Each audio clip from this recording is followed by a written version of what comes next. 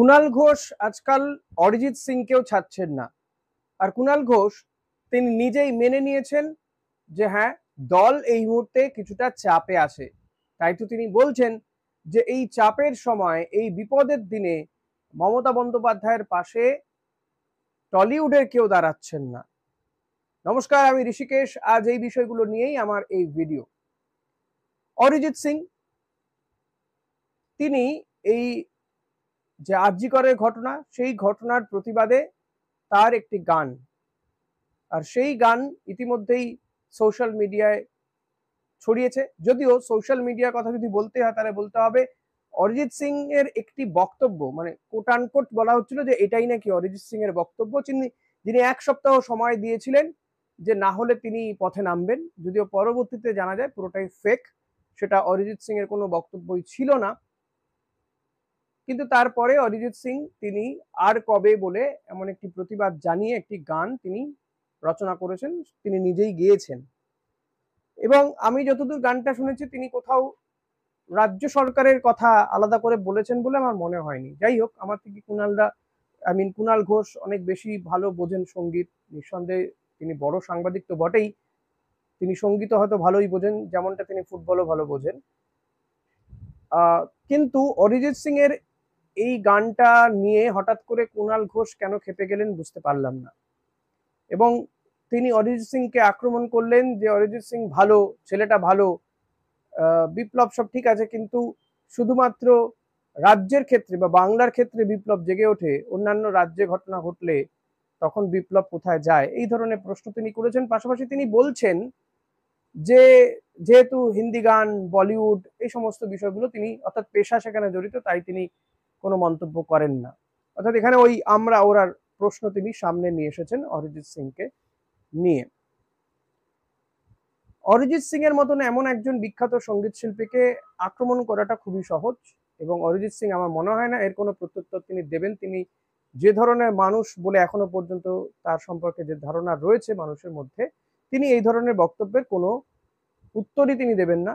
একদম একদম সাদামাটা এমন একটি মানুষ যিনি চাইলেই অনেক বিলাসিতার সঙ্গে জীবনযাপন করতে পারতেন, তার ছেলেকে বড় কোনো স্কুলে পড়াতে পারতেন, কিন্তু সেটা তিনি করেন না। একেবারে তিনি গ্রাম্য একটি স্কুলে পড়ান ছেলেকে, নিজেও অনেক সহজ সরলভাবে থাকেন। সচরাচর তিনি সঙ্গীত ছাড়া অন্য কোনো বিষয় নিয়ে সংবাদ মাধ্যমের সামনেও আসেন না, ইন্টারভিউ দিতেও চান না।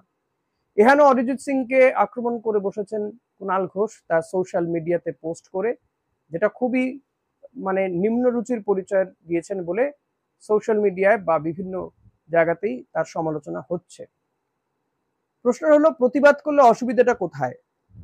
মমতা বন্দ্যোপাধ্যায় বলছেন, কুণাল ঘোষ তিনি নিজেও বলেছেন যে এই ধরনের জঘন্য নিন্দনীয় ঘটনার তারা প্রতিবাদ জানান, তারা পথেও নেমেছিলেন, তাদের দলের সাংসদরা, মহিলা সাংসদরা মমতা বন্দ্যোপাধ্যায় পথে নেমেছিলেন। অভিষেক বন্দ্যোপাধ্যায় বলছেন যারা এই ঘৃণ্য ঘটনা ঘটান তাদেরকে একেবারে এনকাউন্টার করে দেওয়া উচিত। তো অরিজিৎ সিংও তো বলছেন যে আর কবে বিচার পাবেন। তা এটার মধ্যে অন্যায়টা কোথায় আছে কেউ যদি প্রতিবাদ করে? কারণ গোটা দেশেই তো মহিলাদের উপরে নিগ্রহ, নির্যাতন, ধর্ষণ, এই ধরনের ঘটনা দিনকে দিন বেড়েই চলেছে।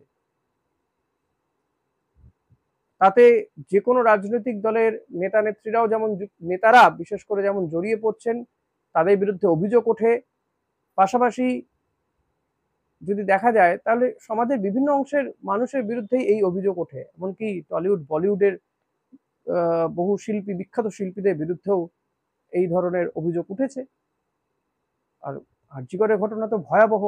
অন ডিউটি একজন জুনিয়র চিকিৎসক 36 ঘন্টা ডিউটির পরে তাকে যেভাবে নৃশংসভাবে হত্যা করা হয়েছে, সেই ঘটনা তো গোটা দেশ তোলপাড়। আর তার যদি প্রতিবাদ অরিজিৎ সিং এর মতন কেউ করে থাকেন, তাহলে অসুবিধাটা কোথায়? তিনি বাংলার শিল্পী, নিজেকে বাঙালি বলে পরিচয় দিতেই তিনি বেশি আনন্দ বা বেশি সম্মানিত বোধ করেন। বরং কুণালদার অরিজিৎ সিং এর পাশেই দাঁড়ানো উচিত ছিল। বলা উচিত ছিল যে সত্যি সমস্ত স্তরের প্রতিবাদ হচ্ছে এবং এর ব্যাপারে কঠোর থেকে কঠোরতম সাজা হোক, বিচার হোক সঠিকভাবে।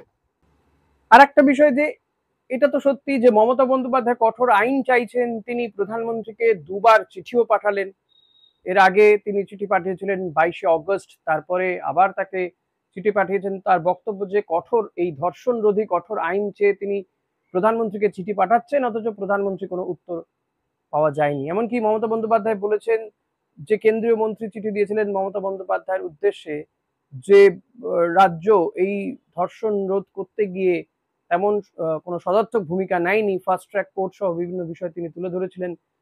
তা নিয়েও মমতা বন্দ্যোপাধ্যায় উত্তর দিয়েছেন যে রাজ্যে কতগুলো ফাস্ট ট্র্যাক কোর্ট আছে, কতগুলোকে পক্সো কোর্ট করা হয়েছে স্পেশালি, এই সমস্ত তো তিনি চিঠি দিয়েছেন। ফলত মমতা বন্দ্যোপাধ্যায় যে সদর্থক ভূমিকা নিচ্ছেন সেটা তিনি বলছেন, অথচ কুণাল ঘোষের এটা বুঝতে কোথায় অসুবিধা হচ্ছে আমি বুঝতে পারলাম না, কেন তিনি অরিজিৎ সিংকে ব্যক্তিগতভাবে আক্রমণ করতে গেলেন। আর একটা বিষয় কুণাল ঘোষ মেনে নিয়েছেন যে এই ঘটনাতে দল যথেষ্ট চাপে রয়েছে, তৃণমূল কংগ্রেস যথেষ্ট চাপে রয়েছে, এবং যেহেতু 2011 সালের বিধানসভা নির্বাচন স্থক, এই পর্যন্ত এই নির্বাচনগুলোতে কাজ করেছি, দেখেছি, মমতা বন্দ্যোপাধ্যায় ক্ষমতা আসা, সমস্ত কিছু চাক্ষুষ করা সৌভাগ্য হয়েছে। তার পরবর্তী যে সময় আমি যদি খুব ভুল না হই, যদি ভুল হই আপনারা নিঃসন্দেহে আমাকে একটু রেকটিফাই করে দেবেন, মমতা বন্দ্যোপাধ্যায়ের সরকার বা তৃণমূল সরকার এর আগে এত চাপে কোনো ইস্যুতেই থাকেনি। কিছুটা চাপে ছিল নারদ ইস্যুতে, যেখানে তার দলের নেতা মন্ত্রী সাংসদদেরকে ক্যামেরাতে অন ক্যামেরা টাকা নিতে দেখা গিয়েছিল। তারপরে এই মামলা, কারণ একাধিক মামলাতে দেখা গিয়েছে যে তৃণমূল কংগ্রেসের নেতা মন্ত্রী জেলে গিয়েছেন, সারদা, নারদ, কিংবা এই যেখানে শিক্ষক নিয়োগ দুর্নীতি মামলা, পার্থ চট্টোপাধ্যায় মন্ত্রী থাকতে থাকতে জেলে ঢুকে গেলেন, খাদ্যমন্ত্রী অর্থাৎ যিনি বনমন্ত্রী থাকাকালীন জেলে ঢুকে গেলেন, তার আগে তিনি খাদ্যমন্ত্রী ছিলেন। তারপরেও কিন্তু মমতা বন্দ্যোপাধ্যায় একের পর এক ইলেকশন জিতে এসেছেন, এতটা চাপ অনুভব করেননি বা ওভারকাম করতে পেরেছিলেন। কিন্তু এখন কিন্তু তারা যে যথেষ্ট চাপে রয়েছে তা বিভিন্ন দিক থেকে বোঝা যাচ্ছে, আর সেটাই কুণাল ঘোষ কোথাও গিয়ে স্বীকারও করে নিয়েছেন। আপনি ভাববেন কিভাবে স্বীকার করে নিল? কুণাল ঘোষ স্বীকার করে নিচ্ছেন, তো নিচ্ছেন না কি, তিনি তো বলছেন যে দলের বিপদের দিনে এই টলিউডের শিল্পীরা যারা তাদের মঞ্চে অর্থাৎ তৃণমূল কংগ্রেসের মঞ্চেও আলোকিত করে রাখে, আজকে তাদেরকে দেখা যাচ্ছে না। তারা এই দলের বিপদের দিনে, মমতা বন্দ্যোপাধ্যায়ের বিপদের দিনে তারা পাশে এসে দাঁড়াচ্ছেন না। তার মানে কি হলো?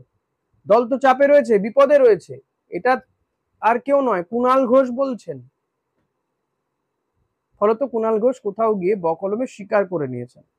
এখন টলিউডের শিল্পীরা তারা বলছেন, যদিও কুণাল ঘোষের এই বক্তব্য the diary of West Bengal এই সিনেমাটা নিয়েই তিনি বলতে চেয়েছেন, যেখানে ওয়েস্ট বেঙ্গলকে একেবারে অন্যরকম ভাবে দেখানো হয়েছে, যদিও রাজ্যে সিনেমাটা দেখানো হচ্ছে না কোনো হলেই। তার বক্তব্য কোথাও মমতা বন্দ্যোপাধ্যায়ের ভাবমূর্তি উজ্জ্বল করার জন্য তো টলিউড এই ধরনের কোনো সিনেমা তৈরি করে না, তারা তো এগিয়ে আসে না।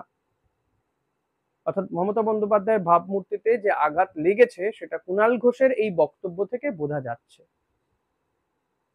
কুণাল ঘোষ কোথাও গিয়ে স্বীকার করে নিয়েছেন দল যথেষ্ট চাপে আছে এই ইস্যুতে।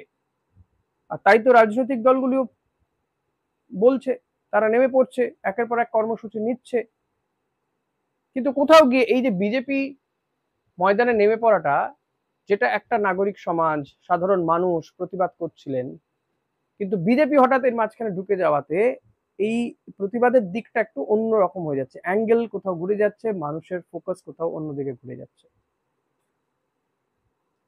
ফলত সে কারণে সাধারণ মানুষ কতটা আর এরপরে ইন্টারেস্ট দেখাবে এই ঘটনার প্রতিবাদ কতদিন জিয়ে রাখতে তারা পারবেন, সেটাও একটা বিষয় হয়ে দাঁড়াচ্ছে। রাজনীতি সেখানে ঢুকে গিয়েছে, রাজনৈতিক দলের নেতা নেত্রীরা তারা মঞ্চে নেমে পড়েছেন, প্রত্যেক দিনই বিজেপি কিছু না কিছু কর্মসূচি নিচ্ছে। ইতিমধ্যেই কলকাতা পুলিশ কমিশনারের কাছে রিপোর্ট তলব করেছেন। এই যে যেদিন যে নবান্ন অভিযান হলো, ছাত্রদের উপরে লাঠিচার্জের ঘটনায় জাতীয় মানবাধিকার কমিশন রিপোর্ট তলব করেছে যে কেন নিরস্ত্র ছাত্রদের উপরে লাঠিচার্জ করা হলো।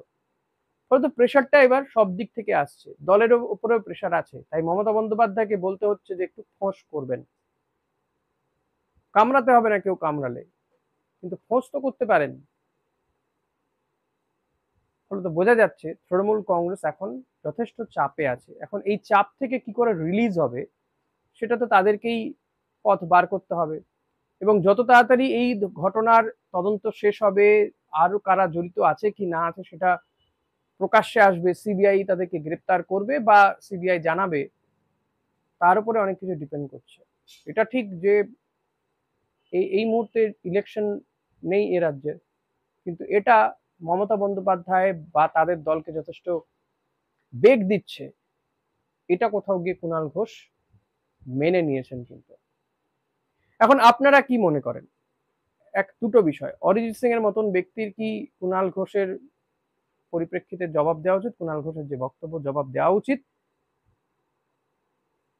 কুণাল ঘোষ কি ঠিক কাজ করছেন অরিজিৎ সিংকে যে কথা তিনি বলেছেন? আর একটা, যে সত্যি কি তৃণমূল কংগ্রেস চাপে আছে, এই চাপ থেকে রিলিজ পাওয়ার উপায় কি বলে আপনাদের মনে হয়? অতি অবশ্যই জানাবেন আমাকে। ধন্যবাদ।